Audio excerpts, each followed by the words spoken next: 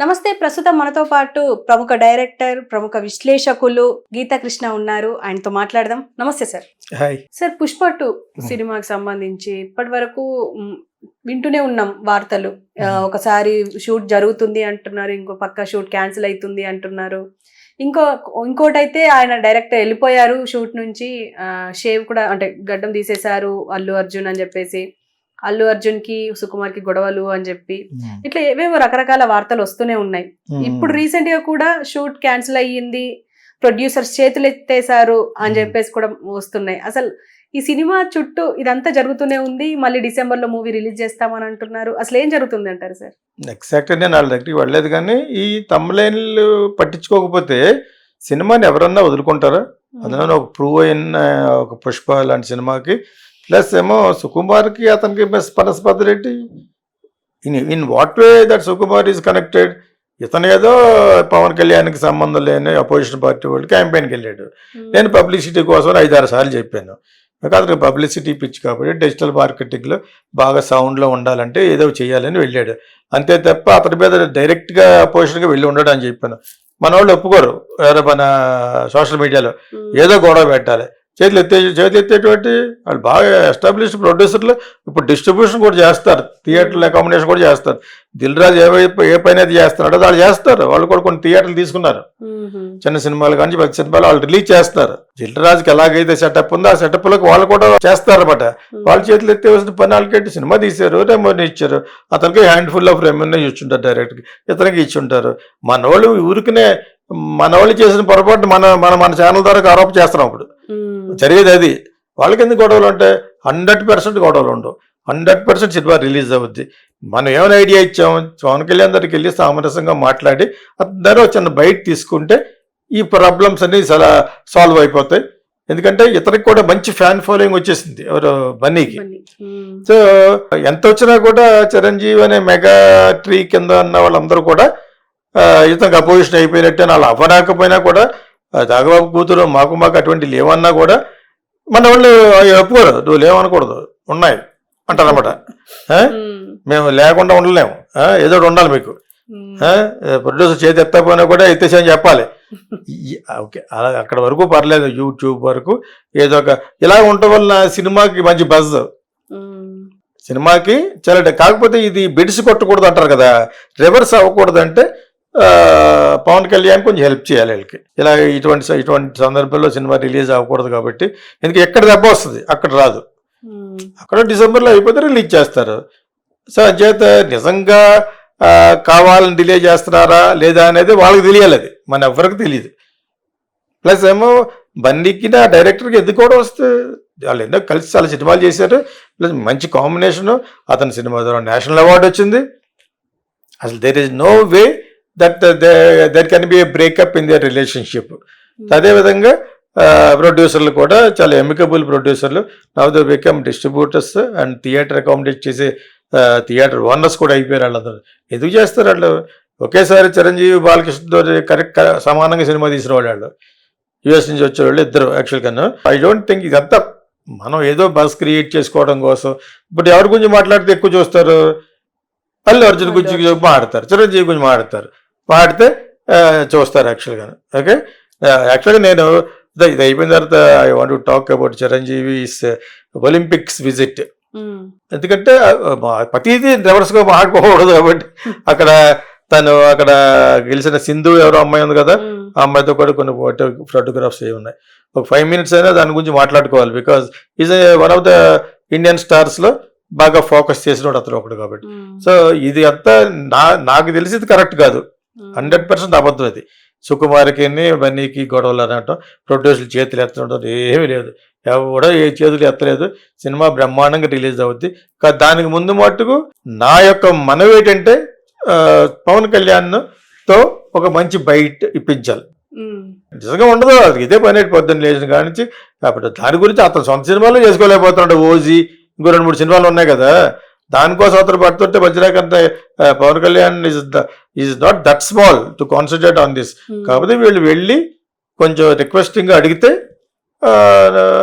What is there, నాకేం లేదు అన్నట్టు దట్స్ ఒకటి రికార్డ్ చేసుకోవచ్చా అంటే that's enough. This is going to be big hit. కానీ ఇతను ఫ్యాన్స్ కూడా బాగున్నారు. యంగ్స్టర్ కదా ఇతను బన్నీకి కూడా ఫ్యాన్ ఫాలోయింగ్ చాలా ఎక్కువ అయిపోయి చాలా ఎక్కువ ఉంది. అంచేది మన వాళ్ళు ఏదో పెడతా ఉంటారు, వాళ్ళు కేర్ చేయలేదు వీళ్ళు కేర్ చేయలేదు ఎలా ఉంటారు. Is are all after Chiranjeevi కదా. చిరంజీవి అనే మెగాట్రీ కింద వచ్చిన వాళ్ళు వీళ్ళంతాను ఎంత కాదనుకున్నా. అంచేత వాళ్ళకి తోలనాడుకుంటే ఈ సినిమాని బాగు చేసుకుంటారా? నాట్ ఈవెన్ దట్ కెరీర్ కూడా స్పాయిల్ అవుద్ది. ఒకప్పుడు జూనియర్ ఎన్టీఆర్ చిరంజీవి నాకు ఎవరు తెలియదు ఎన్టీ రామారావు తప్పితే అన్నాడు, 4 సినిమాలు డబ్బుని మళ్ళీ వచ్చి లైన్లోకి వచ్చాడు. ఇప్పుడు చిరంజీవి చేయలేదు, అది చిరంజీవికి ఆ పేరు వచ్చింది ప్రజల్లోంచి వచ్చాడు కాబట్టి.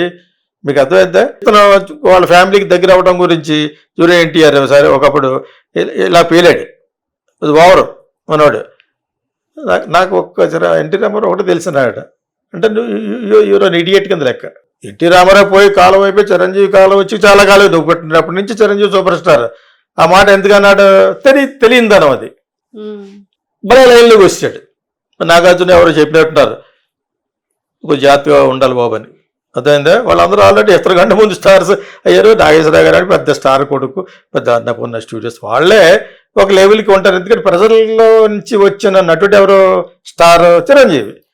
అతను ఎవరు అనకూడదు. నేను చిన్న మాట ఫ్రాంక్గా అన్నంటే నన్నే తిడతా ఉంటారు. మరి మీ అందరికంటే నాకు ఎక్కువ అన్నా కూడా మీ అంతా మీకు చిరంజీవి కొంచెం మీరు గిలుతూ ఉంటారు అంటాడు. నేను సరదాగా అంటూ ఉంటానా, ఎప్పుడే ఏ మాటలు మాట్లాడదని చెప్తే ఎత్తుకుంటారు అపోజిషన్. ఇది మనకంటే వయసులో పెద్దడు మెగాస్టార్, ఎప్పటి నుంచి స్టార్ అతను. నేను డైరెక్టర్ అయిన కాడి నుంచి అతను సినిమా టేబుల్ మీద బిజినెస్ అయిపోతుంది. మేము అనుకున్న ప్రాజెక్ట్ ఒకటి జరగలేదు అంతే. ఆఫ్టర్ ఆరాధనను రుద్రవీణ తర్వాత ఒక సినిమా చేయాలి నేను, అది ఎత్తుకో జరగలేదు. అవి నాకు ఆయనకి తెలిసే కారణాలు అంతే తప్పితే అంతగా. అంటే చిరంజీవి గురించి కావాలని బ్యాట్ అయ్యి మనం ఎందుకు బ్యాట్ అవుతాం? అలా బ్యాట్ అయ్యాడు జూనియర్ ఎన్టీఆర్. అదేవిధంగా బన్నీ అందులో బాగా రూట్స్లోకి ఎస్టాబ్లిష్ అయిపోయాడు బన్నీ. ఈ టైంలో మంచి తెచ్చుకోవాలి తప్పితే చెడు తెచ్చుకోకూడదు. 20 సంవత్సరాలు 30 సంవత్సరాలు కష్టపడితే వచ్చిన మంచి ఒక్క సెకండ్లో పోతుంది ఇక్కడ సినిమా ఫీల్డ్లో. దానికి తోడు సోషల్ మీడియా ఒకటి ఆజ్యం పోసినట్టు ఏముంది, అంటే మండుతున్న మంటలో పెట్రోల్ పోసినట్టుగా మనం ఒకటి ఈ సోషల్ మీడియా ఉంది కాబట్టి వాళ్ళు వ్యూవర్షిప్ కోసం వాళ్ళు చేస్తూ ఉంటారు, విచ్ ఈజ్ నాట్ కరెక్ట్. డెఫినెట్గా బన్నీ ఏదో ఒక పరిష్కారం చూసుకోవాలని చెప్తున్నాం. నిజంగా అంత ఈగో ప్రాబ్లం ఉంటే మటుకు దెబ్బతింటాడు. పవన్ కళ్యాణ్ ఏదో ఒక మాట చెప్పకపోతే మటుకు దెబ్బతింటాడు.